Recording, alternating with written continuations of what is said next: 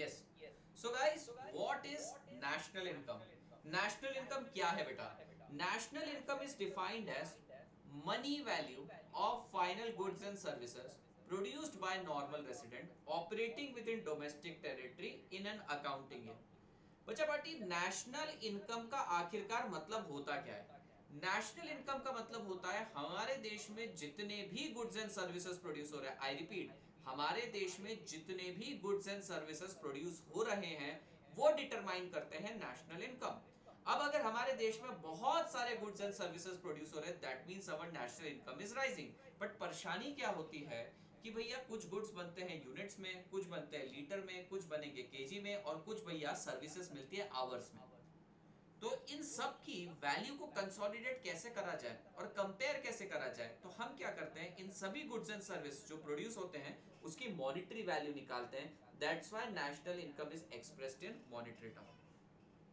So, national income is defined as money value of final goods and services। money value क्यों consider करते हैं? Because there are large number of goods and service produced। it is very difficult to measure each and every commodity if they are not measured in terms of money। money being a common denominator, money को आप एक common denominator की तरह use कर सकते हैं। पढ़िए, why national income is expressed in money?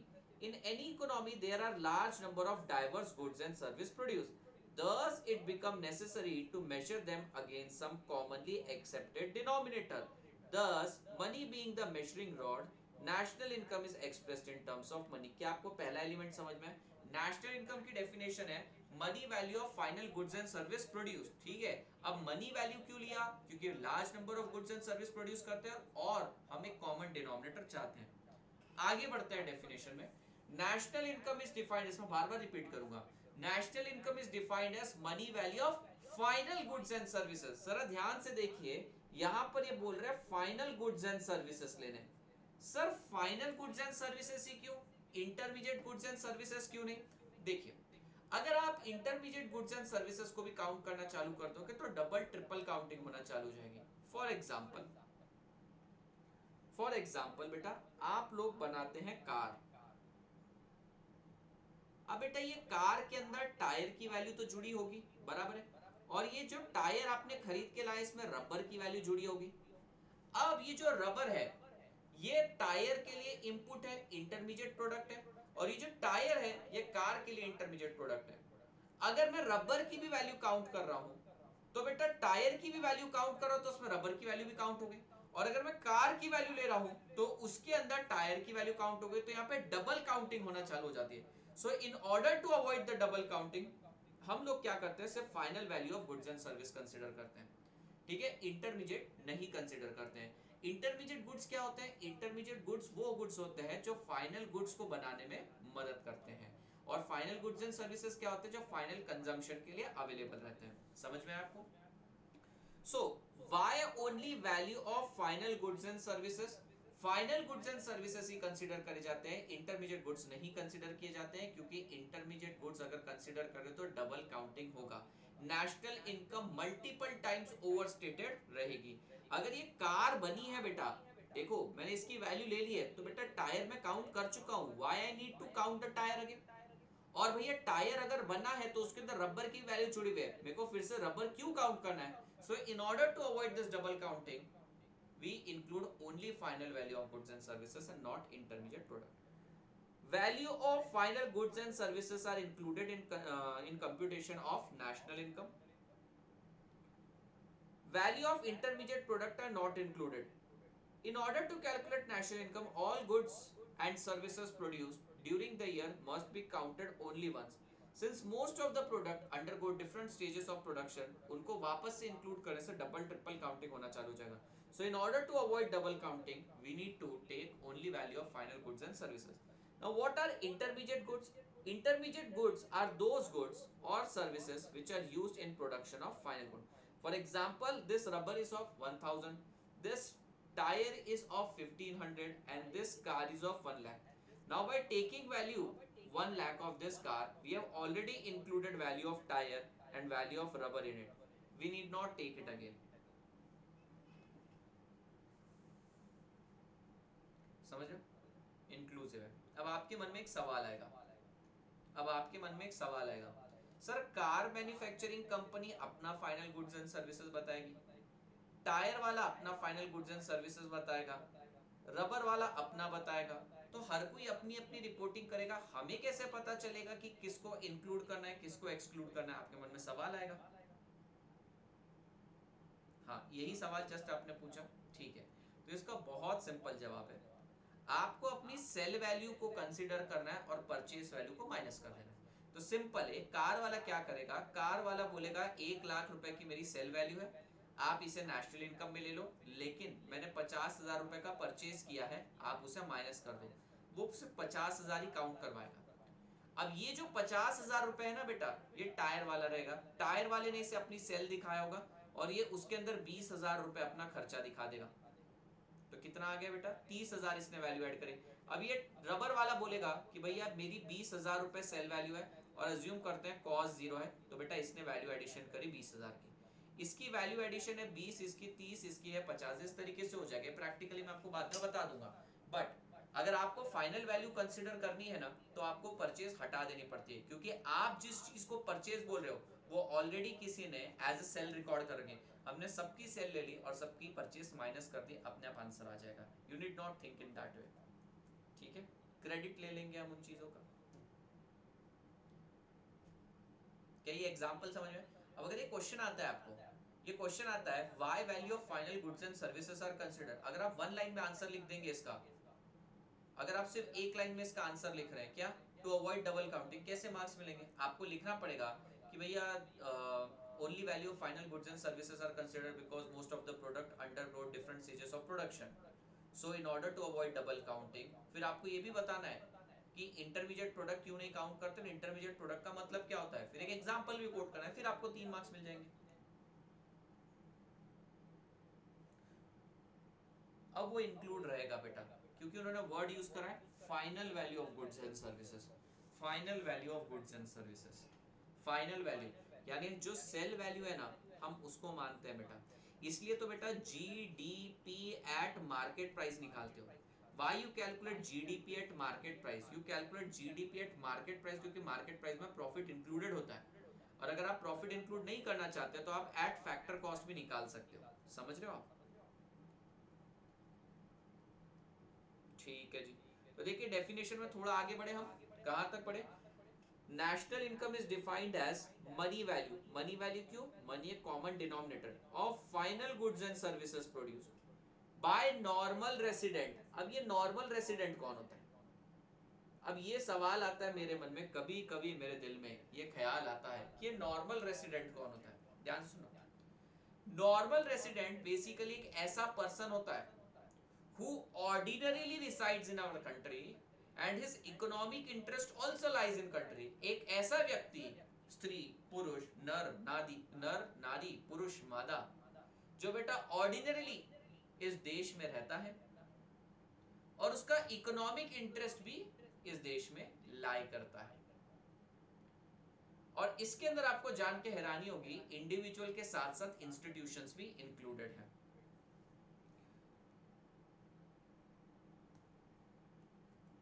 ये आपके सिर्फ नॉलेज के लिए दे रखा है, मैं रिपीट कर दूंगा, कंज्यूमर गुड्स क्या होता है, प्रोड्यूसर गुड्स क्या होता है। देखिए, सो नॉर्मल रेसिडेंट कौन होता है बेटा, नॉर्मल रेसिडेंट बेसिकली एक ऐसा इंडिविजुअल रहता है including an institution who ordinarily resides in our country and economic interest also lies in country।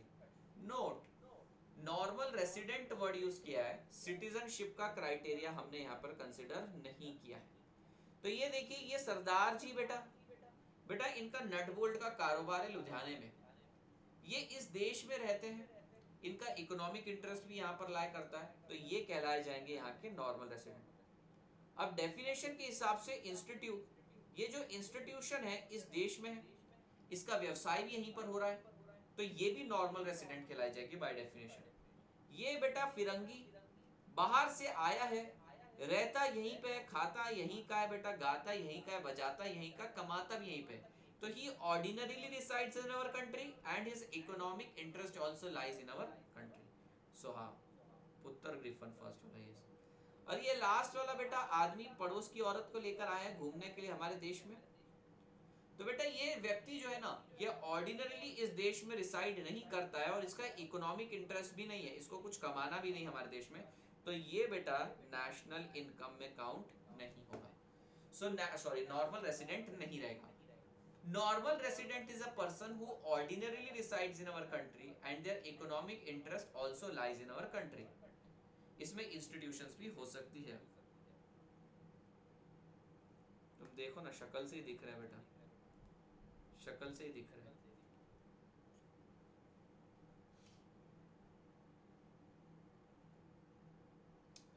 ठीक है।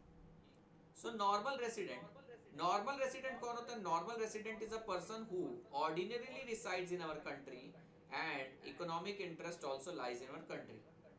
बेटा normal resident includes both individual and institution, इसमें इंडिविजुअल और इंस्टीट्यूशन संस्थाएं भी आती है। Therefore a foreigner whose income is who is in therefore a foreigner's income who is working in India will be normal resident, but a tourist whose purpose of visit is not to contribute to an economic activity will not be called as normal resident. Note, हमने resident word use किया है citizenship का criteria नहीं। जैसे Akshay Kumar Canada का citizen है पर Canada का नॉर्मल रेसिडेंट नहीं है, उसका इकोनॉमिक इंटरेस्ट भी वहां लाई नहीं करता और बेटा वो वहां पे ऑर्डिनरीली रिसाइड भी नहीं करता।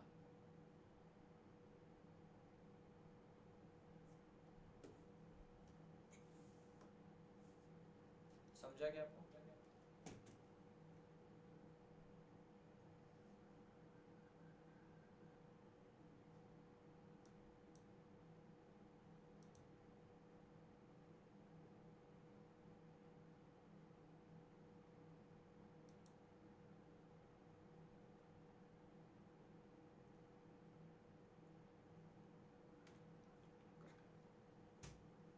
चल, नहीं नहीं, उतनी कट कर देता हूँ मैं, यूट्यूब की चैट्स कट कर देता हूँ तुम्हारी।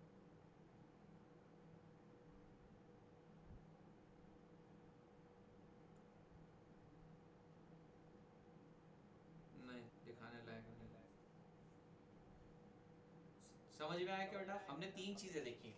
तो नेशनल इनकम की डेफिनेशन फिर से बताना। National income is defined as money value of final goods and service produced by normal resident in domestic territory. अभी लाइव नहीं लेकर गया मैं इसको, रिकॉर्डेड डालूंगा, कल से लाइव ले जाऊंगा।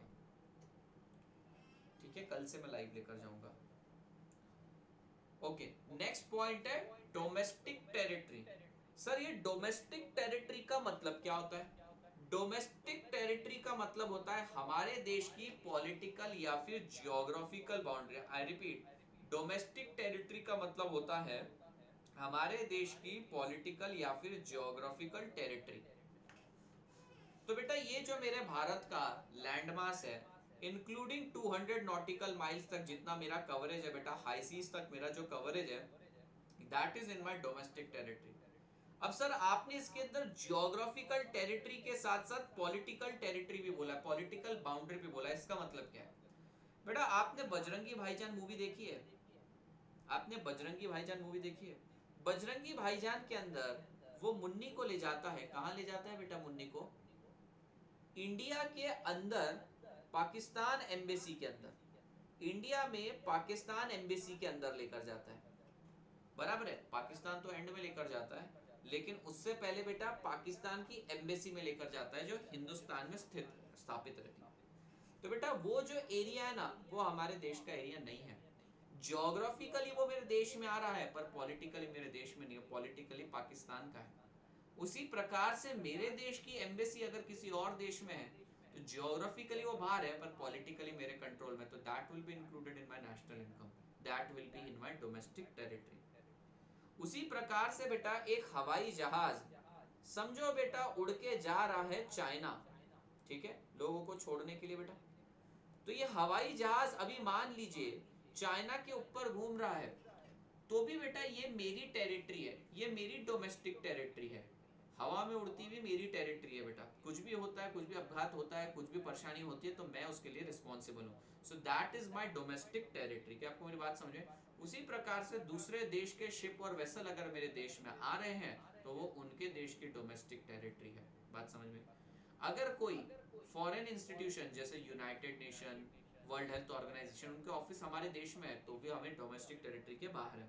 तो समझना बहुत सिंपल है, हमारे देश में क्या क्या आएगा, डोमेस्टिक टेरिटरी में क्या आएगा। डोमेस्टिक टेरिटरी के अंदर हमारी ज्योग्राफिकल और पॉलिटिकल बाउंड्रीज तो आएगी आएगी। इसमें बेटा वेरियस इंटरनेशनल ऑर्गेनाइजेशंस के जो ऑफिसेस है हमारे देश में, उसे एक्सक्लूड करना पड़ेगा। दूसरे देश के जितने भी एयरक्राफ्ट, शिप, वेसल्स हमारे देश में, उन्हें एक्सक्लूड करना पड़ेगा। दूसरे देश की एम्बेसी जो है उसे एक्सक्लूड करना पड़ेगा। सिमिलरली हमारे देश के जो इंटरनेशनल ऑर्गेनाइजेशन में कुछ ऐसी बॉडीज है जो इंटरनेशनल बॉडीज है हमारे देश से ऑपरेट हो रही है, किसी और कंट्री में इस्टेब्लिश्ड है, तो उसे काउंट करना पड़ेगा। हमारे देश की एम्बेसी अगर दूसरे देश में, तो उसे भी काउंट करना पड़ेगा। हमारे देश के एयरक्राफ्ट, शिप एंड वेसल को भी काउंट करना पड़ेगा। So it is included in our political boundaries, not geographical. जितना भी आएगा, देखिए इकोनॉमिक्स ना आपको एग्जैक्ट चीजें नहीं बताता। अगर आप इकोनॉमिक्स में बोलोगे कि सर कितने दिन, कितने किलोमीटर, कितने माइल्स, ये नहीं, वो तो फिर लॉ तय करेगा। इकोनॉमिक्स आपको एक ब्लर लाइन तैयार करके दे देगा कि हाँ हाँ ये आउटमैप है, इसके तहत तुमको जो रूल बनाने बनाओ। इंडियन एयरक्राफ्ट में कमर्शियल वाला आएगा या फिर गवर्नमेंट वाला, सभी आएगा, सभी मेरे भैया, सभी मेरे देश के, सभी भारत के। मैं आपको वही बोल रहा हूँ, मैं जो आपको पढ़ा रहा हूँ, आप देश और दुनिया में कहीं भी चले जाओ, इट इज इक्वली एप्लीकेबल। अब यहाँ पर रेसिडेंट का क्राइटेरिया दे रखा है क्या, नहीं दे रखा है, हर कंट्री अपने हिसाब से डिफाइन करेगी। अब यहाँ पर मैंने ज्योग्राफिकल बाउंड्री बोली है, 200 nautical mile, 12 nautical mile, what ever it is, वो जो भी होगा वो कौन तय करेगा, हर देश तय करेगा। मैं यहाँ पर आपको वो नहीं पढ़ा रहा हूँ, मैं आपको पढ़ा रहा हूँ कि क्या होता है। अब इसमें एग्जैक्ट टेक्निकलिटी लॉ डालेगा, हमारा कानून डालेगा, लीगैलिटी आ जाएगी बाद में, ठीक है। So domestic territory refer to geographical और political boundary of country. It however do not include international institutions and foreign embassies located in geographical territory, but includes embassy of these countries located outside the geographical territory. Indian ship and Indian aircraft performing operation outside countries also included in our domestic territory. Last है accounting year. Sir accounting year ही क्यों लिया जाता है, जैसे आप accounts के अंदर एक कट ऑफ लेते हो, आप एक पर्टिकुलर पीरियड के लिए परफॉर्मेंस मेजर करना चाहते हो, इंटर और इंट्रा कंपैरिजन करना चाहते हो, उसी प्रकार से हमें कंट्री में भी एक कट ऑफ तय करना पड़ेगा उसकी परफॉर्मेंस मेजर करने के लिए। सो वी आल्सो टेक बेटा अकाउंटिंग ईयर, यहाँ पर हम अकाउंटिंग ईयर ही फॉलो करेंगे। So while calculating national income, only current production is included. This is because value of previous year production is included in previous year's national income. तो यहाँ पर हम cut off क्यों तय करते हैं, ताकि हमें पता तो चले कौन से साल में कितना कमाया है, कौन से साल में कितना नेशनल इनकम है। नहीं तो तुमने एक बार अच्छा काम कर दिया 2020 के अंदर, तुम आज तक बोल रहे अरे इसको भी काउंट करो, वो तो पिछले साल का हो गया, उसको छोड़ो, आगे की बात करो। तो हमें कट ऑफ लेने पड़ते हैं, that's why we calculate in accounting year, comparability रहेगी। तो देखिए मैंने आपको बोला था डेफिनेशन पढ़ने में हमको आधा घंटा लग जाता है। So, what is national income? National income is defined as money value of final goods and service produced by normal resident operating within domestic territory in an accounting year. Why only money value is considered? Because there are large number of goods and services produced of diverse nature. It is very difficult to measure them if they are not measured against a common denominator. Money being a common denominator is used to measure the production and the provision of service in our country. That's why national income is expressed in terms of money. देखो मैं बहुत एक generic language use कर रहा हूँ, मैं अपनी language use कर रहा हूँ, आपको लगता है इंस्टीट्यूट ने ये लैंग्वेज यूज करी होगी, नहीं, जेनरिक लैंग्वेज बोलनी पड़ती है। Why only value of final goods and services are considered? The value of final goods and services are considered because if we consider value of intermediate good also, it will lead to double counting, ठीक है। So we exclude the value of intermediate production. Now what do you mean by final goods? Final goods are those goods which are used for final consumption, while intermediate goods are those goods which are used in making of or production of final goods. और क्या था बेटा, हाँ इतना ही था।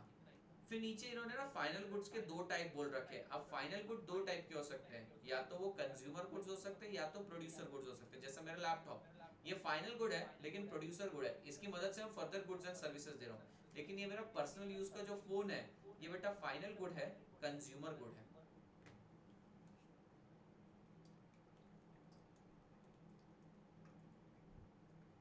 जैसे आपका laptop, आपका मोबाइल कंज्यूमर गुड है, ठीक है। मेरे सामने जो कैमरा पड़ा हुआ है जिसके थ्रू मैं आपको लेक्चर डिलीवर कर रहा हूँ वो प्रोड्यूसर गुड है। प्रोड्यूसर गुड्स वो होते हैं जिसकी मदद से आप further goods and service produce करते हैं। कंज्यूमर गुड्स वो होते हैं जो फाइनल कंजम्पशन के लिए होते हैं। 1800 रुपए की बॉटल, ये क्या है? ये कंज्यूमर गुड है। ये माइक क्या है? ये प्रोड्यूसर गुड है, ठीक है। आगे बढ़ते हैं बेटा। अब नॉर्मल रेसिडेंट क्या होता है? Normal resident means a person who ordinarily resides in our country and his economic interest also lies in the country. It includes institutions as well. Need to remember कि इसमें इंस्टीट्यूशन, संस्थाएं भी included होती है। ध्यान से सुनिएगा बच्चों, मैंने वर्ड नॉर्मल रेसिडेंट यूज किया है, मैंने वर्ड सिटीजन यूज नहीं किया। तो मान लीजिए पहला वाला व्यक्ति इंडिया में रह रहा है, वो यहीं पे काम कर रहा है, ऑर्डिनरली भी इंडिया में रिसाइड कर रहा है, उसका इकोनॉमिक इंटरेस्ट भी यही है, वो आएगा बेटा रेसिडेंट की डेफिनेशन के अंदर। इंस्टीट्यूशन, देखिए एक इंडियन इंस्टीट्यूशन है, इंडिविजुअल नहीं है, पर इंस्टीट्यूशन भी बाय डेफिनेशन इंक्लूड किया। ये फॉरेनर काम कर रहा है, ऑर्डिनरली इंडिया में ही रहता है, इसका इकोनॉमिक इंटरेस्ट भी यहाँ पर रहता है, ये भी इंक्लूडेड रहेगा। पर ये टूरिस्ट जिनका पर्पस ऑफ विजिट इंडिया में इकोनॉमिक एक्टिविटी में कंट्रीब्यूट करना नहीं था, सिर्फ फन एंड प्लेजर था, वो रेसिडेंट की डेफिनेशन में नहीं आएंगे। डोमेस्टिक टेरिटरी का मतलब होता है हमारी पॉलिटिकल या फिर जियोग्राफिकल टेरिटरी, पॉलिटिकल या फिर जियोग्राफिकल बाउंड्री। इसमें आपको एक्सक्लूड करना पड़ेगा दूसरे देश के एम्बेसी, दूसरे देश के एयरक्राफ्ट, शिप एंड वेसल, दूसरे देश के बेटा इंटरनेशनल ऑर्गेनाइजेशंस जितनी भी है उनके ऑफिसर्स जो है हमारे यहाँ, वो एक्सक्लूड करना पड़ेगा, और इंक्लूड करना पड़ेगा हमारे देश के एयरक्राफ्ट, शिप एंड वेसल और हमारे देश के एम्बेसी जो दूसरे देश में लोकेटेड है। और अकाउंटिंग ईयर हम कंसिडर करते हैं ताकि हमें पता चले किस साल कितना प्रोडक्शन हो।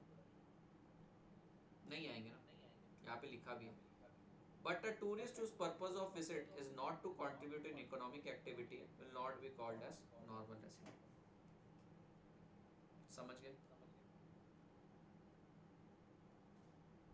एक छोटा सा सवाल आता है, व्हाट इज डोमेस्टिक प्रोडक्ट? बहुत सिंपल है, डोमेस्टिक टेरिटरी में जो भी गुड्स एंड सर्विसेज बने वो डोमेस्टिक प्रोडक्ट है। Money value of final goods and services produced with in a year in domestic territory is called as domestic product। हमारे क्षेत्र में, हमारे इलाके में प्रोड्यूस हुए हुए गुड्स एंड सर्विसेज को डोमेस्टिक प्रोडक्ट बोलेंगे। तो हमारे देश की पॉलिटिकल या फिर ज्योग्राफिकल बाउंड्री में अगर कोई गुड्स एंड सर्विसेज तैयार हो रहे हैं तो डोमेस्टिक प्रोडक्ट हैं, घर का प्रोडक्ट। एक बार आप डेफिनेशन देख लीजिए, याद हो गई क्या?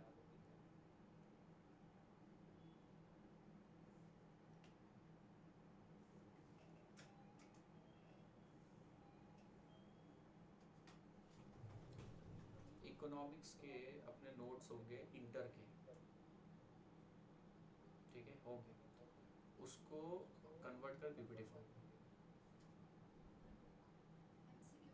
नहीं नहीं, एफएम के साथ जो इकोनॉमिक्स है, देख होगा तो देख।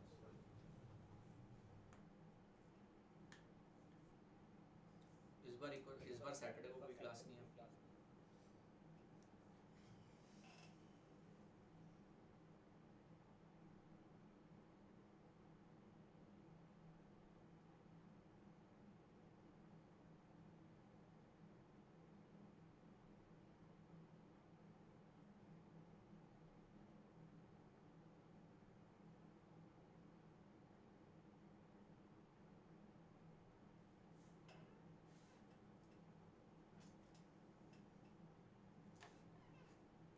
पागल ही हो गए बच्चे।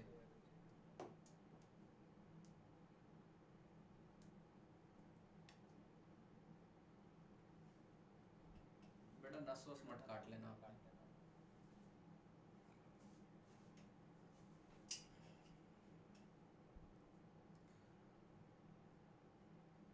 नस वस मत काट लेना, बाकी सब ठीक है। तो डेफिनेशन याद होगी कि national income is defined as money value of final goods and service produced by normal resident operating within domestic territory और outside in an accounting year.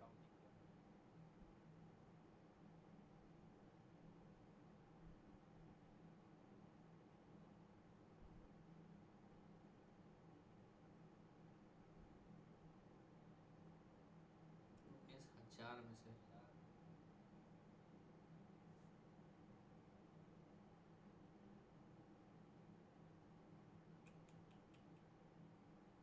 भाई पागल हो जाते हैं। ना ना ना। ठीक है बेटा।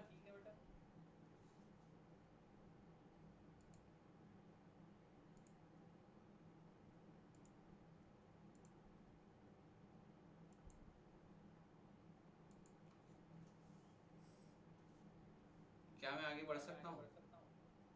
क्या मैं आगे बढ़ सकता हूँ?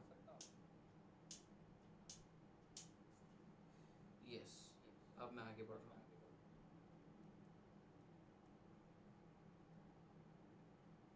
ओके बेटा, हम लोगों ने ये समझ लिया नेशनल इनकम क्या होता है। National income money value of final goods and service produce होता है। इसेंशियली नेशनल इनकम का मतलब होता है कितने गुड्स एंड सर्विस प्रोड्यूस हुए।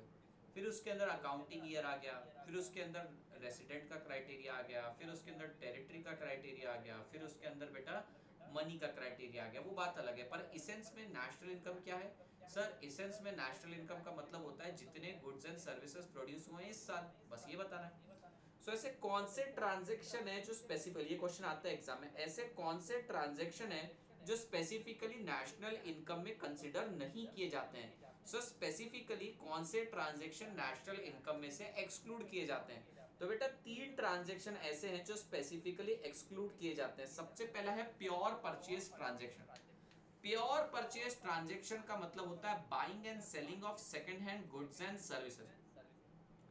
प्यारे बच्चों, प्योर परचेज ट्रांजेक्शन का मतलब होता है buying and selling of second hand goods and services. For example, last year बेटा ये मोबाइल बना था, लास्ट ईयर ये मोबाइल बना था। अब ये मोबाइल मैंने शुभम को बेच दिया। शुभम ने ये मोबाइल मुझसे खरीद लिया और उसने उसके बदले मुझे पैसे दिए। तो बेटा ये नेशनल इनकम में काउंट नहीं होगा। क्यों? क्योंकि ये गुड्स एंड सर्विसेज तो लास्ट ईयर बन चुके हैं, पिछले साल ऑलरेडी मैं इसे काउंट कर चुका हूं। अभी तो बस ओनरशिप चेंज हो रही है, मेरे पास से तुम्हारे पास जा रहा है और तुम्हारी परचेसिंग पावर मेरे पास आ रही है। इसमें कोई नए गुड्स एंड सर्विसेज प्रोड्यूस नहीं हो रहे। पर ये फोन को बेचने के लिए नीरज ने बेटा कमीशन लिया 1000 रुपए, मीडिएटर बना, डीलर बना ये बीच में, तो इसने अभी 1000 रुपए की सर्विसेज जो इस साल दिए वो इंक्लूड हो गई। इसका मतलब ये है कि जो गुड्स एंड सर्विसेज, वैसे तो सर्विस को आप ट्रांसफर नहीं कर सकते, goods buying and selling of second hand goods, बेटा जो आप गुड्स दे रहे हो सामने, तो यहां पर सिर्फ ओनरशिप चेंज हो रही है। मेरे पास जो गुड्स है वो अब तुम्हारे पास चले जाएगा, ठीक है? कुछ नए गुड्स एंड सर्विसेज बने क्या? नहीं। पर ये ट्रांजेक्शन को करने के लिए इसने जो सर्विस दी बेटा, इसने जो सर्विस दी वो इंक्लूड हो गई। फॉर एग्जाम्पल, मैंने नेटफ्लिक्स का सब्सक्रिप्शन लिया और वो मैंने अभिलाष को ट्रांसफर कर दिया, उसके बदले उससे पैसे ले लिए। अन अकेडमी का सब्सक्रिप्शन मैंने, आपने खरीद लिया था, मैंने अब वो आपसे ले लिया है। मैंने बोला मेरे को 4-6 महीना यूज करना है, मुझे यूज करने दो और इसके बदले पैसे ले लो। क्या कोई नए गुड्स एंड सर्विसेज प्रोड्यूस हुए? The answer is no. तो नेशनल इनकम में काउंट नहीं होगा। इसलिए second hand goods and services count नहीं होते। पर उनको इनिशिएट करने के लिए, डील को क्लोज करने के लिए अगर कुछ कमीशन वगैरह लग रहा है, डीलर कुछ ब्रोकरेज ले रहा है, तो वो इंक्लूड करेंगे। ठीक है? सो ध्यान से देखना, pure purchase transaction such as sale and purchase of goods, second hand goods and services. आप बोलेंगे सर्विस कैसे सेकंड हैंड हो सकती है? सर्विस सेकंड हैंड का मतलब ये हो रहा है कि आपने ऑलरेडी सब्सक्रिप्शन का पैसा दे रखा है ऑलरेडी पिछले अकाउंटिंग ईयर में, अब आपने मुझे ट्रांसफर कर दिया है बेटा। ठीक है, अभी ये पूरा चैप्टर वैसे ही चलेगा। This is because nothing new is produced in the current year. However, where the goods are refurbished, हाँ, अगर refurbish हो रहा है, refurbish समझते हो, खराब फोन को ठीक करना, तो जितना आपने उसमें वैल्यू ऐड किया है सिर्फ उतना ही इंक्लूड करना। मान लीजिए फोन टूट फूट हो चुका है, एक फोन है मेरे पास जो पूरा खराब हो चुका है, मैंने वो बेच दिया कैशिफाई पे, उन्होंने उसको रिफर्बिश करके बेचा, तो जितनी रिफर्बिश्ड वैल्यू है सिर्फ उसे ही नेशनल इनकम में लेना। However, where the goods are refurbished, then the added value must be taken in the calculation of national income. पहला था प्योर परचेज ट्रांजैक्शन, सेकंड है sale and purchase of securities. Securities मतलब share, bond, stock, debenture. Sir क्या बात कर रहे हो? Share, bond, stock, debenture जो हम खरीदी बिक्री करते हैं वो नेशनल इनकम में नहीं आएगी? नहीं आएगी, क्योंकि मान लीजिए आज मेरे पास शेयर है रिलायंस का, ठीक है? ये शेयर में स्टॉक मार्केट में जा रहा हूं और तुमको बेच रहा हूं, तो हो क्या रहा है, मेरे पास इस कंपनी की मात्र ओनरशिप है, अब ओनरशिप बदल गई, चेंज इन हैंड्स हो गया, ये तुम्हारे पास आ गया, तुम्हारी परचेसिंग पावर मेरे पास आ गई, बराबर है। अब बच्चे ये भी सवाल पूछते हैं कि सर ये तो ठीक है, हमको समझ में आ गया, लेकिन आईपीओ के केस में क्या है? आईपीओ के केस में तो कंपनी पहली बार लेकर आ रही है, तो क्या उसे भी इंक्लूड करना है? The answer is again no. Company बेटा वहां पे कोई गुड्स एंड सर्विसेज नहीं दे रही है, कंपनी वहां पे सिर्फ ओनरशिप दे रही है, कोई गुड्स एंड सर्विसेज नहीं बन रहे हैं। तो चाहे आईपीओ चाहे एफपीओ कोई फर्क नहीं पड़ता है बेटा, चाहे आप सेकेंडरी मार्केट में ट्रेड कर रहे हो, प्राइमरी मार्केट में ट्रेड कर रहे हो, buying and selling of securities नहीं इंक्लूड होता है। लेकिन इस पूरे प्रोसेस को, इस पूरे ट्रांजैक्शन को करने के लिए जो ब्रोकरेज कमीशन लगता है, जो डीपी चार्जेस लगते हैं, डिपॉजिटरी के चार्जेस वगैरह लगते हैं, वो इंक्लूड होगा।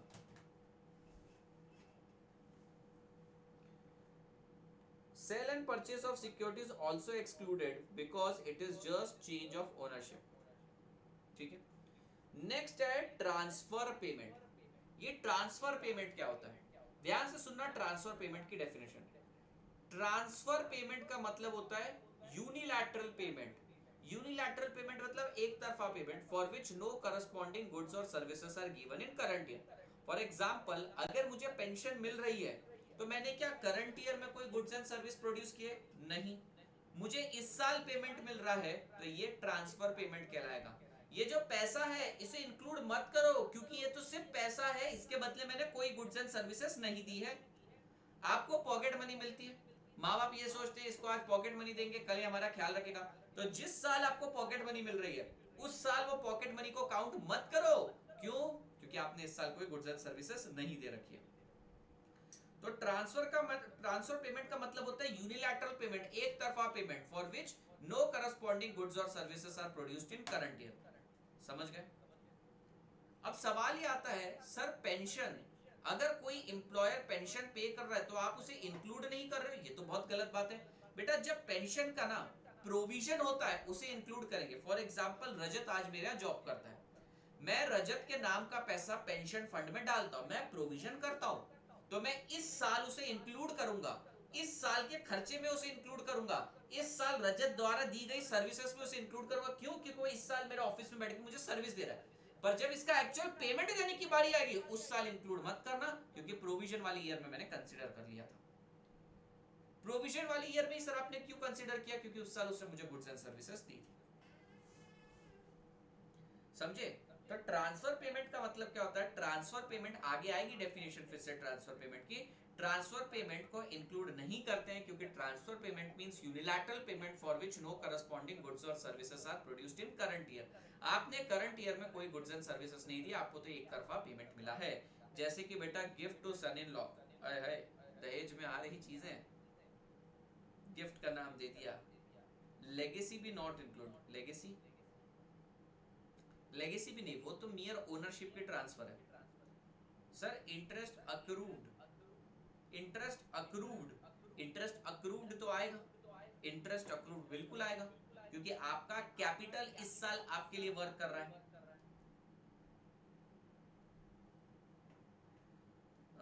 Can you say the name of eco PDF chapter wise?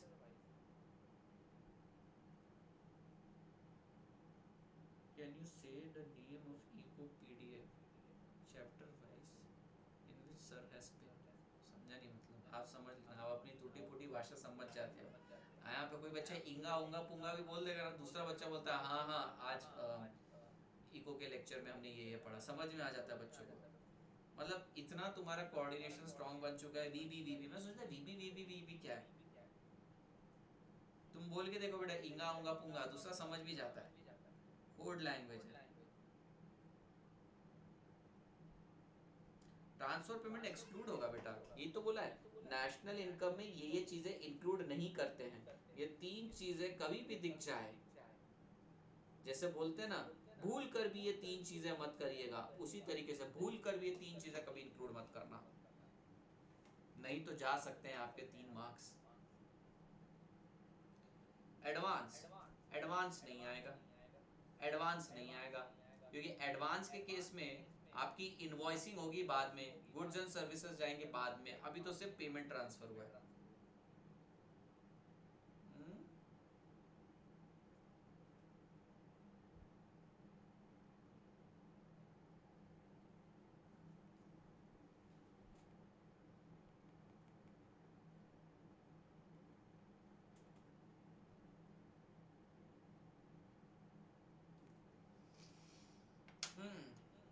जो आपको अनएम्प्लॉयमेंट अलाउंस मिलता है, आपको पता है एक चीज होती है बेरोजगारी भत्ता, अनएम्प्लॉयमेंट अलाउंस। अगर आप बेरोजगार है तो सरकार आपको 2-3 हजार रुपए महीने का देती है।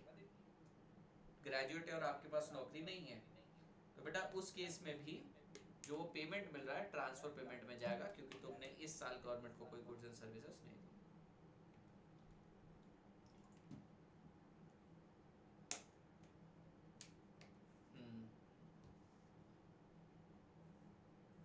सर चिपक गए क्या, क्या हुआ? सिक्योरिटी वाला बेटा समझ, तूने शेयर परचेज किए हैं, तूने कोई गुड्स नहीं परचेज किए हैं, कोई सर्विस नहीं ली है तूने, तूने तो सिर्फ ओनरशिप अपने नाम पे कर ली है।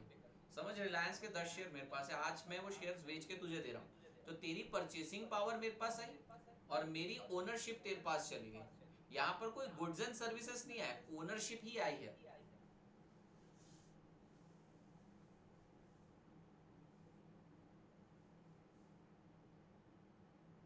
अनएम्प्लॉयमेंट वाला क्या, अनएम्प्लॉयमेंट अलाउंस चाहिए तुझे? ग्रेजुएट है और बेरोजगार है तो सरकार बेरोजगारी भत्ता देती है बेटा।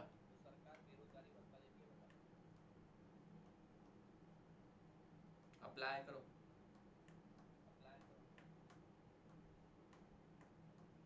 बैठ जा बेटा, बस तो 1 घंटा 23 मिनट ही लेट है, बाकी तो सब ठीक है।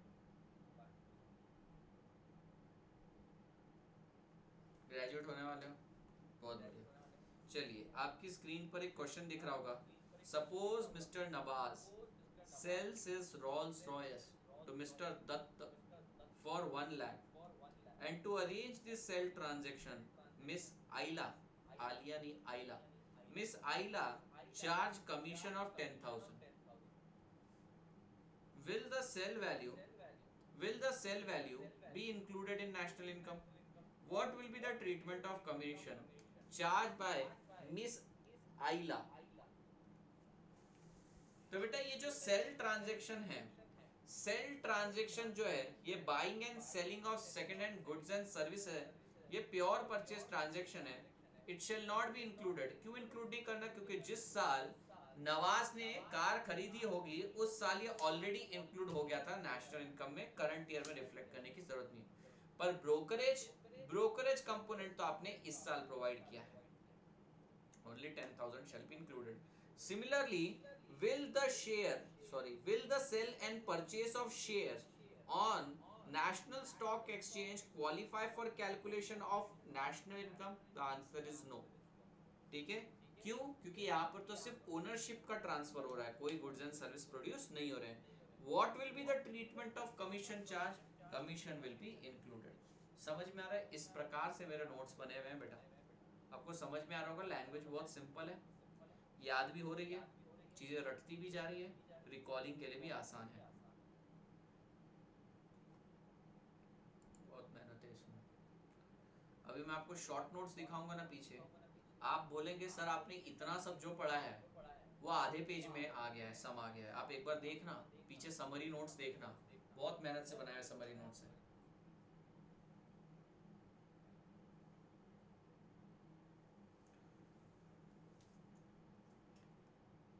बारिश आ रही है ना बाहर, तो मयूर नाचने गया होगा, दिन पाली उसकी।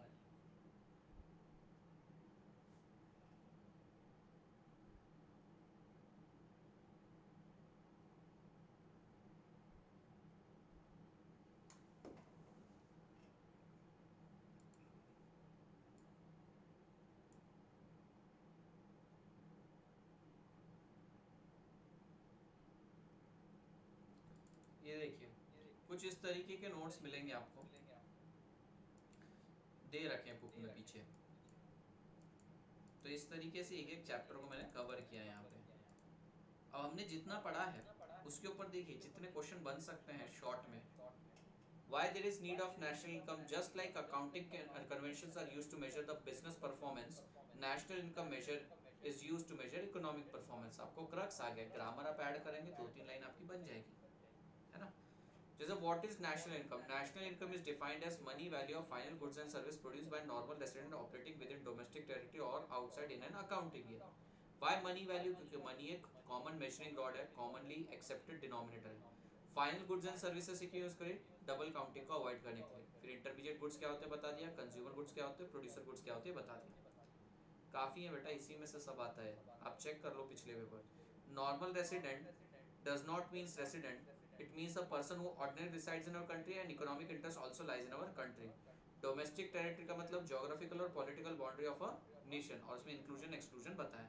तो देखिए मैं आपको जो पढ़ा रहा हूँ उससे आप बहुत क्विकली रिवाइज कर सकते हैं, रिकैप कर सकते हैं। Transaction that are excluded from national income, 3 transaction है, pure purchase transaction, sale and purchase of security and transfer payment. ये बाकी अभी यूजफुल लास्ट में है कुछ 200 पेज के बाद।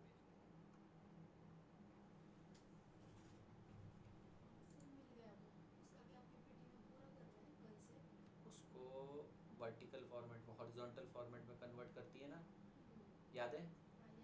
बस वैसे ही करना है, साइज चेंज कर और आगे पीछे का एडजस्ट कर, समझी?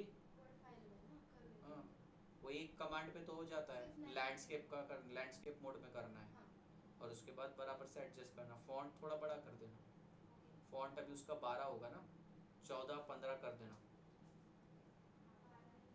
15 कर देना, कॉमिक सान कर दे या जो भी है वो कर दे, और एक पेज मुझे इमीडिएटली भेज दे, चेक कर लूंगा मैं, ठीक है?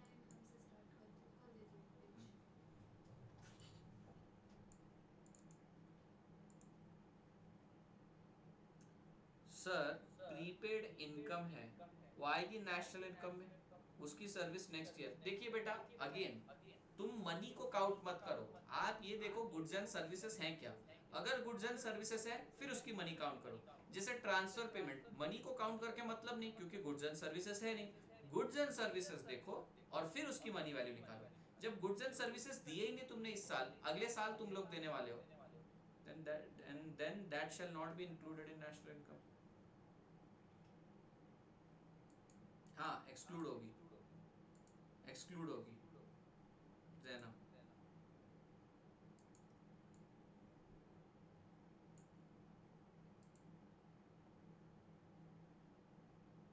क्यों रे नाच के आ गया तू?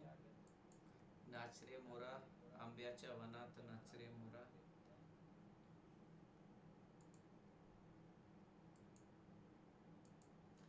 जो इस साल गुड्स एंड सर्विसेज दिए ही नहीं उसको इंक्लूड करना ही नहीं है, सिंपल एज दैट। अगर इस साल इंक्लूड करना है तो उसकी मनी वैल्यू निकाल। सिर्फ मनी वैल्यू देखकर आप डिसाइड नहीं कर सकते, वही तो बताने की कोशिश कर रहे हैं। ट्रांसफर पेमेंट हो गया, मनी दिख रही है पर उसको इंक्लूड नहीं करना। Buying and selling of second hand goods and services हो रहा है, मनी दिख रही है। Buying and selling of share bond stock debenture हो रहा है, मनी दिख रहा है, इंक्लूड मत करो। पहले देखो क्या वो सर्विस है, क्या वो गुड्स हैं और इस पीरियड के हैं तो फिर मनी वैल्यू।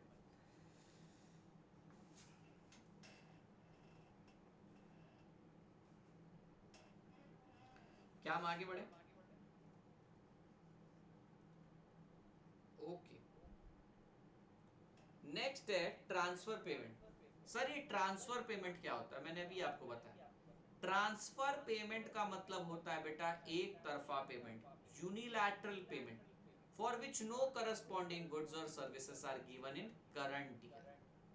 मतलब अगर रजत मेरा काम कर रहा है आज, उसके भविष्य की मुझे परवाह है, मैं उसके नाम का पैसा निकाल के पेंशन फंड में डाल रहा हूं, तो बेटा ये नेशनल इनकम में आ जाएगा। पर आज से 20 साल बाद जब रजत रिटायर होगा, तो जब मैं उसे पेमेंट दूंगा, अब उसे पेमेंट तो मिल रहा है, सवाल ये है कि क्या उसे नेशनल इनकम में लेना चाहिए पेमेंट को? The answer is no. उसे लेना क्यों नहीं चाहिए? क्योंकि जिस साल उसे पेमेंट मिल रहा है, सिर्फ पेमेंट आ रहा है, उसने कोई गुड्स एंड सर्विसेज नहीं दे रखे। तो first you need to check क्या कोई नेशनल इनकम के दौरान गुड्स एंड सर्विसेज प्रोवाइड हुए या नहीं। अगर नहीं हुए तो इंक्लूड मत करो।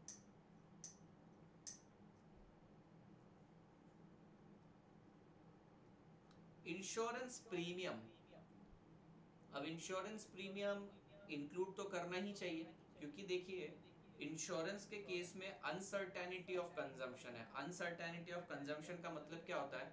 आज से 5 साल बाद आपको इसकी जरूरत पड़ेगी, 10 साल बाद पड़ेगी, पता नहीं। तो इस साल जो आप प्रीमियम पे कर रहे हो, आपके नाम का प्रोविजन वो रखना है। पर हाँ किसी का एक्सीडेंट होता है और उसे पेमेंट मिलता है तो वो इंक्लूड मत करना।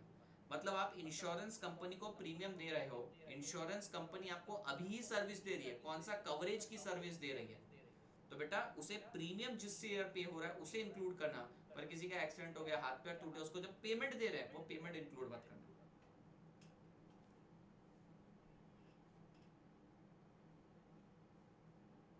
Yes.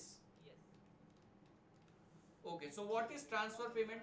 Transfer payment is unilateral payment, एक तरफा payment, for which no productive services are rendered in current year. ये इंपॉर्टेंट है, करंट ईयर। आपने पास्ट में दी होगी सर्विस, पास्ट में रजत मेरा काम करता था, उसके लिए मैंने प्रोविजन बना रखी है, वो जिस साल प्रोविजन बनाए मैंने इंक्लूड किया, पर पेमेंट का ईयर इंक्लूड नहीं किया।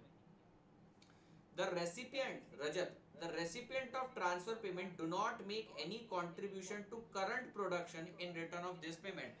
जिस साल उसे पैसा मिल रहा है उस साल उसने कोई सर्विस नहीं दी है, इसलिए उस साल इंक्लूड मत करो। जिस साल उसने सर्विस दी थी उस साल उस प्रोविजन में हमने इंक्लूड कर लिया था। Example, pension is given to a person in current year for rendering the service in past. तो इसने पास्ट में सर्विस दी थी, पास्ट में हमने इसे प्रोविजन के फॉर्मेट में जोड़ लिया, प्रोविजन के फॉर्मेट में नेशनल इनकम में जोड़ लिया। पर इस साल तो सिर्फ पेमेंट जा रहा है, मनी ट्रांसफर हो रही है, ये नेशनल इनकम नहीं है। समझ रहे हैं क्या? कोई डाउट है तो आप मुझसे पूछ सकते हैं।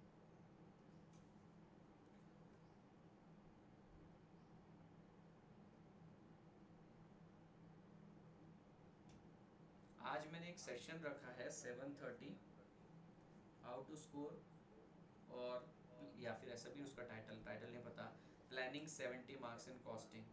तो कैसे प्लानिंग करनी है मैं उसके ऊपर एक वीडियो बना रहा हूँ। 7:30 CA इंटर के चैनल पे होगा, लाइव होगा, आके अटेंड करना बेटा। और परसों बनाऊंगा FM EFF, लिंक अभी आती ही होगी, आई नहीं है, बन रही है।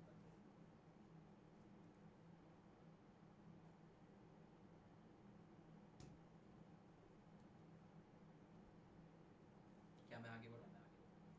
7:30।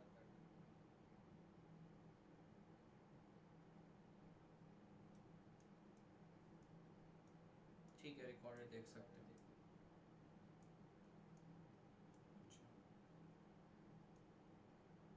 हाँ वो रात को है, वो रात को है, उसकी भी लिंक देता हूँ मैं।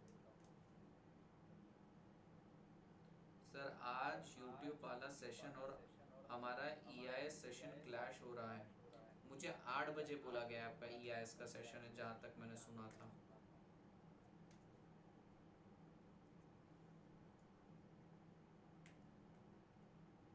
10 बजे?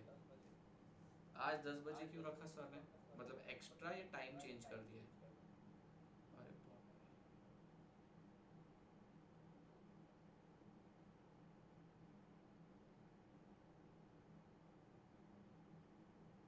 मेरी क्लास 1 घंटा, 10 से 11। आज है या आज से है?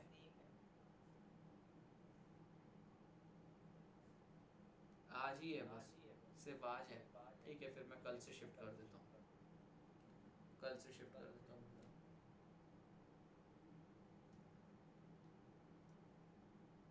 ठीक है, ठीक। ओके बच्चों, flow concept versus stock concept, ये आप सभी लोगों को पता है। फ्लो वर्सेस स्टॉक क्या होता है? फ्लो कॉन्सेप्ट मतलब होता है वो वेरिएबल जिसे हम over the period of time measure करते हैं, उसे बोलते हैं फ्लो कॉन्सेप्ट। और स्टॉक कॉन्सेप्ट का मतलब होता है जिसे at a point of time measure करते हैं। फ्लो मतलब over the period of time, stock मतलब at a point of time. ध्यान दो रे, जैसे कि मेरा जो रेवेन्यू है ना, वो 31 मार्च का काउंट नहीं करूंगा, पूरे पीरियड का काउंट करूंगा। जैसे कि मेरी सेल हो रही है प्रोडक्ट की, तो मैं पूरे साल भर की काउंट करूंगा, किसी एक पर्टिकुलर डे का काउंट नहीं करूंगा। लेकिन जो मेरे पास कैश बैलेंस है या मेरी नेटवर्थ है, वो मैं पूरे साल भर का कैलकुलेट नहीं करूंगा, लास्ट का क्लोजिंग डे का कैलकुलेट करूंगा। तो जो चीज आप at a point of time measure कर रहे हो, क्लोजिंग की मेजर कर रहे हो, वो होता है स्टॉक कॉन्सेप्ट। और अगर आप कोई चीज over the period of time measure कर रहे हो तो वो है फ्लो कॉन्सेप्ट। नेशनल इनकम की डेफिनेशन में उन्होंने बोला अकाउंटिंग ईयर पूरे साल भर में जितने भी गुड्स एंड सर्विसेज प्रोड्यूस हो रहे हैं सब आपको कंसीडर करने हैं, इसलिए नेशनल इनकम एक फ्लो कॉन्सेप्ट है. Yes, national income is a flow concept because it is measured over a period of time. It expresses the flow of money value of goods and service over the period of time, accounting year. Yes, demand एक flow concept है, supply एक flow concept है, capital एक stock concept है. बिल्कुल.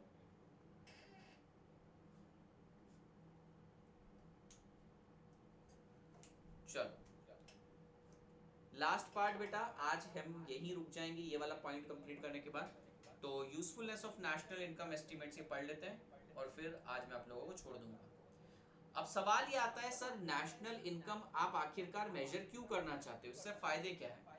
बेटा अगर आप नेशनल इनकम को समझोगे तो ये एक रिपोर्ट कार्ड है इस कंट्री का, इस कंट्री की इकोनॉमिक एक्टिविटी, इस कंट्री की इकोनॉमिक परफॉर्मेंस का एक मेजर है, ये एक रिपोर्ट कार्ड है. सो पढ़िए नेशनल इनकम की यूजफुलनेस, ये क्वेश्चन आ सकता है 3 मार्क्स के लिए. National income indicating level of economic activity.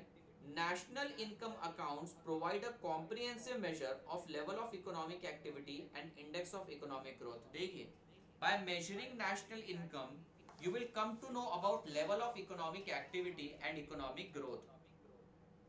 हाँ ठीक है, 6 पॉइंट्स लिखने हैं आपको, 6 तो लिखने ही पड़ेंगे. कुल मिला के 8-10 क्वेश्चन होंगे जो 3 मार्क्स के लिए आ सकते हैं, ज्यादा क्वेश्चन नहीं है तो 3-3 मार्क्स के लिए पूछे जाए.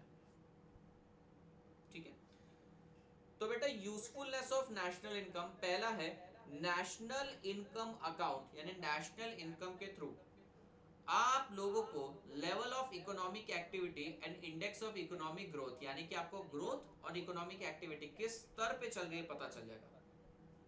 You will also come to know about distribution pattern of national income. पढ़िए, distribution pattern of national income determine the pattern for demand for goods and services and enable business to forecast the future demand for their product. बेटा national income एक तरह से वही कच्चा चिट्ठा है, जैसे कि आपको रिपोर्ट कार्ड में पता चल जाता है कौन से सब्जेक्ट में आपने वीक परफॉर्म किया, कौन सा सब्जेक्ट स्ट्रांग था, उसी तरीके से नेशनल इनकम अकाउंट आपको डिस्ट्रीब्यूशन भी बता देता है कि कौन सा सेक्टर परफॉर्म कर रहा है, कौन सा सेक्टर परफॉर्म नहीं कर रहा है. अकॉर्डिंगली आप उस पर्टिकुलर सेक्टर में वर्क कर सकते हैं.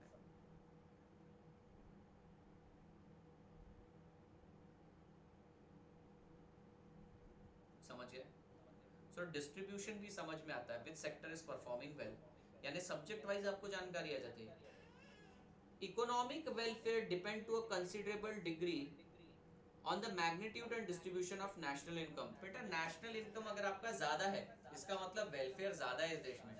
अगर नेशनल इनकम कम है मतलब वेलफेयर कम है, गवर्नमेंट को इंटरवीन करना पड़ेगा. ठीक है, मतलब अगर नेशनल इनकम ज्यादा है, किसी सब्जेक्ट में मार्क्स ज्यादा है, that means you are performing good, और किसी सब्जेक्ट में मार्क्स कम है that means you are performing poor. ठीक है, वेलफेयर भी पता चल जाता है. कर सकते हो लेकिन डेली रिवाइज करने लायक सब्जेक्ट नहीं है ये. 8 से 9 घंटे में पूरा पूरा सब्जेक्ट रिवाइज हो जाता है 8 से 9 घंटे में. कर सकते हो आप चाहे तो 15-15 20-20 मिनट, कोई तकलीफ नहीं. इसके ऑडियो नोट्स भी बनाए मैंने, चैप्टर 1 के छोड़ के बचे सभी चैप्टर के बनाए. 15-15 मिनट में एक एक यूनिट पूरा ऑडियो नोट्स में कवर करवाया. तो 3 चीजें बताई मैंने. सबसे पहले national income indicates level of economic growth and level of economic activity, दोनों चीज बताती है. इकोनॉमिक एक्टिविटी बताता है और ग्रोथ बताता है. दूसरा ये डिस्ट्रीब्यूशन पैटर्न बताता है, ये बताता है which sector is performing well and it helps the business organisation to plan their production. It also tells us about the welfare aspect. Next, the estimate of national income shows composition and structure of national income in terms of different sector. ये हमको बताता है कि आपके देश में जो national income है उसमें कौन से सेक्टर में कितना कंट्रीब्यूशन आ रहा है, कौन से सेक्टर में बेटा ज्यादा लोग हैं पर कैपिटा नेशनल इनकम कम आ रही है, ये वो भी बताता है. एक बार रिफ्रेश करो, मैंने आपको डायरेक्टली लिंक ही दे दी है, क्लिक करो, इसमें है एफएम वाले फोल्डर में जाओ. Yes. Next, combined with financial and monetary data बेटा फाइनेंशियल और मॉनेटरी डेटा के साथ अगर इसे कंबाइन कर दिया जाए, national income data provide guide to policy for growth, inflation, economic forecasting and make projection. यानी गवर्नमेंट अगर आरबीआई से मॉनेटरी डेटा, खुद का फिस्कल डेटा, फाइनेंशियल डेटा और नेशनल इनकम का डेटा ले ले, तो इसकी मदद से सारी पॉलिसीज बना सकती है। यानी रिपोर्ट कार्ड की मदद से सारी चीजें करी जा सकती है। Next, national income estimate throw light on income distribution and possible inequality in distribution। यानी कि बोल रहे हैं नेशनल इनकम आपको बताएगी कौन से क्षेत्र में इक्वालिटी है, कौन से क्षेत्र में इनइक्वालिटी है।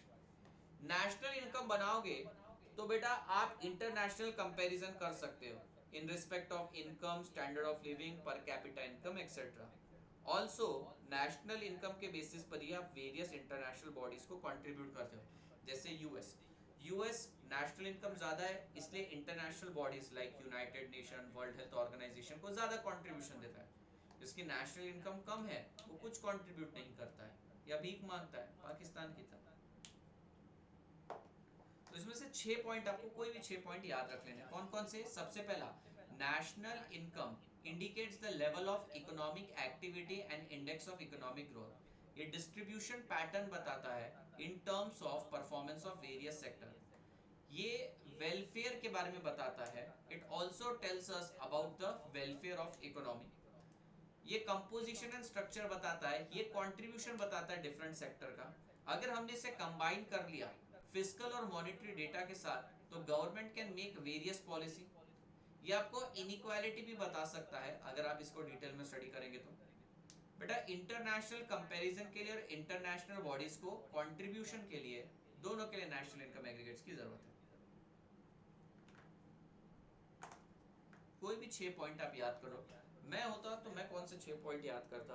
मैं पहला वाला याद करता, क्योंकि वो बड़ा ही लाजमी है, पॉइंट तो लिखना ही चाहिए। नेशनल इनकम से लेवल ऑफ इकोनॉमिक एक्टिविटी बता देते। दूसरा भी बेटा वेलफेयर या फिर डिस्ट्रीब्यूशन, दोनों में से कोई एक चूज करता, मैं डिस्ट्रीब्यूशन चूज करता। डिस्ट्रीब्यूशन पता चल जाता कौन सा सेक्टर कैसे परफॉर्म कर रहा है।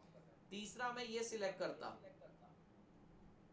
अगर मैं इसको मॉनिटरी और फाइनेंशियल डेटा के साथ कंबाइन कर लूँ तो बहुत सारी पॉलिसीज बनाई जा सकती है।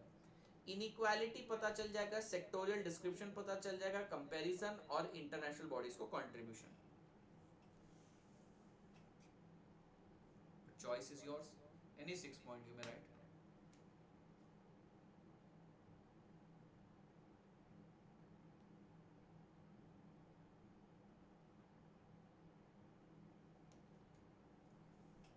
पहले पढ़ लो, जाने की हाई गड़बड़ मत रखो, पढ़ लो पहले।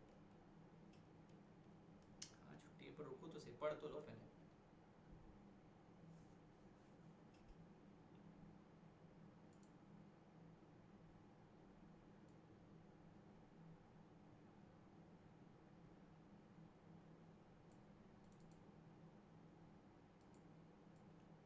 ये देखिए,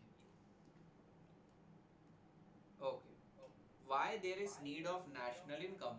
Just like accounting conventions are used to measure the performance of business, national income measure is used to measure the performance of economy.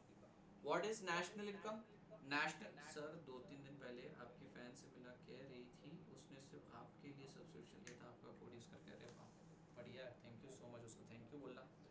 So beta, what is national income? National income is defined as money value of final goods and services produced by normal resident operating within domestic territory in an accounting year। तो बच्चों इसमें money value ही क्यों consider करी जाती है? क्योंकि money एक common measuring rod है, ये कॉमनली एक्सेप्टेड डिनोमिनेटर है, wide range of goods and services है। अगर उसे कॉमन डिनोमिनेटर के अगेंस्ट मेजर नहीं करा गया तो हम नेशनल इनकम को शायद मेजर ही ना कर पाए। That's why money value consider. Why value of final goods and services are considered? Because majority of the product undergoes various production process, and this will lead to double counting, and that's the reason why only value of final goods and services are considered and not the value of intermediate production। intermediate goods वो होते हैं जो final goods बनाने में हम use करते हैं। now final goods can be of two type, consumer and producer। consumer goods are used for final consumption, producer goods are used for further production of goods and services। example देते हैं। Normal resident means a person who ordinarily resides in our country, and economic interest also lies in our country. It includes institutions as well। Domestic territory का मतलब होता है political और geographical boundary of a nation. It includes embassies, aircraft, ship and vessel of our country operating in another country. It excludes aircraft, ship, vessel and embassies of other countries operating in our country. Accounting year so as to know in this year how much goods and services we have produced. अच्छा ये देखिए usefulness of national income तो short में मैं याद करवा रहा हूँ. सबसे पहला क्या था? It indicate the level of economic activity and index of growth. ये आपको डिस्ट्रीब्यूशन पैटर्न भी बताता है कौन सा सेक्टर कितना परफॉर्म कर रहा है. It is important to measure welfare as well. अगर हम इसको कंबाइन कर दे मॉनिटरी और फाइनेंशियल डेटा के साथ तो हम बहुत सारी पॉलिसीज बना सकते हैं.